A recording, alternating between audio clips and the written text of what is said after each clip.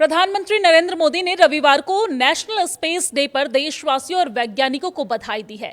उन्होंने space centre में भारत की वैश्विक बढ़त की सराहना की है और नई टेक्नोलॉजी विकसित करने के लिए जेन-ज़ी की तारीफ की है।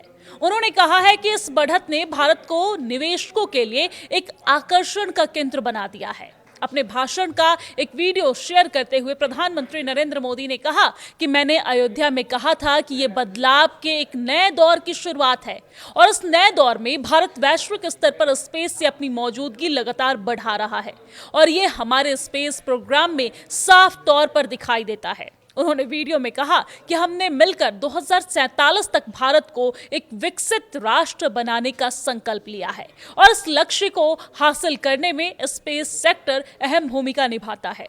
तो देश के युवाओं की तारीफ करते हुए प्रधानमंत्री नरेंद्र मोदी ने आगे कहा कि आज जेन-ज़ी के इंजीनियर, डिजाइनर, कोडर और वैज्ञानिक नई नई टेक्नोलॉजी बना रहे हैं। चाहे प्रोपल्शन सिस्टम हो, कंपोजिट मटेरियल हो, रॉकेट स्टेज हो या फिर सैटेलाइट प्लेटफॉर्म, भारत के युवा ऐसे क्षेत्रों में काम कर रहे हैं जिसके बारे में कुछ समय पहले सोचा भी नहीं जा सकता था।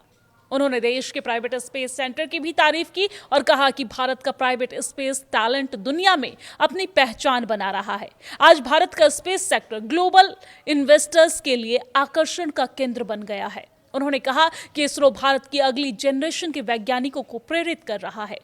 एक नए क्षेत्र में साहस दिखाया है। सबसे बड़ी बात है कि आपने सरकार की बात पे भरोसा किया।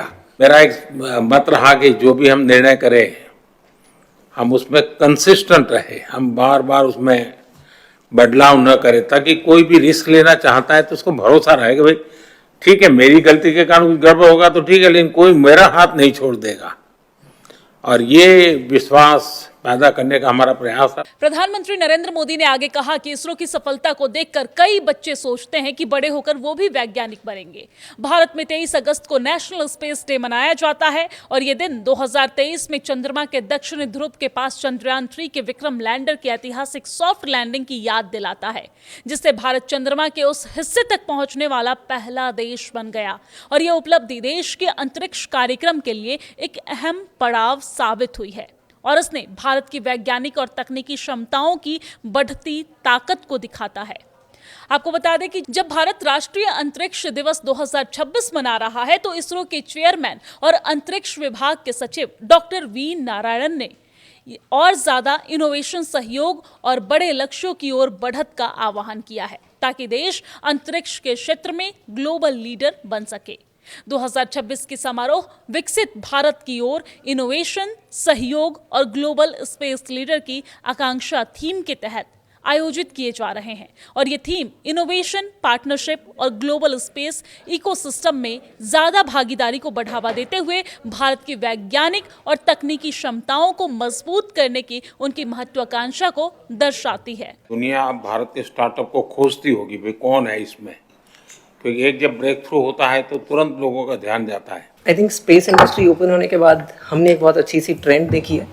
हमारे जितने सिटीजन यूएस और यूरोप में वे वापस आके हमारे साथ काम करना चाह रहे हैं। बहुत लोगों को हमें जोड़ना है और जैसा मेहता ने कहा कि भी अब विदेश से लोग गए हुए वापस आ रहे हैं, मैं समझता हूं कि हमें ऐसा एक ऑरा खड़ा कर देना चाहिए कि इस फील्ड में दुनिया भर के लोगों को जिंदगी बनानी है तो हिंदुस्तान जाओ, भारत की कोई स्टार्टअप से जुड़ जाओ, भारत की कोई स्पेस एजेंसी से जुड़ जाओ। मैं पक्का मानता हूं जी, पूरा टैलेंट पूल जो है एक मैग्नेट की तरह आपके कारण हम खींच सकते हैं। तो नेशनल स्पेस डे 2026 के अपने संदेश में डॉक्टर वी नारायणन ने विज्ञान और टेक्नोलॉजी की सीमाओं को आगे बढ़ाने के साथ साथ ऐसी पार्टनरशिप बनाने के महत्व पर जोर दिया है जो भारत के स्पेस इकोसिस्टम को मजबूत कर सके।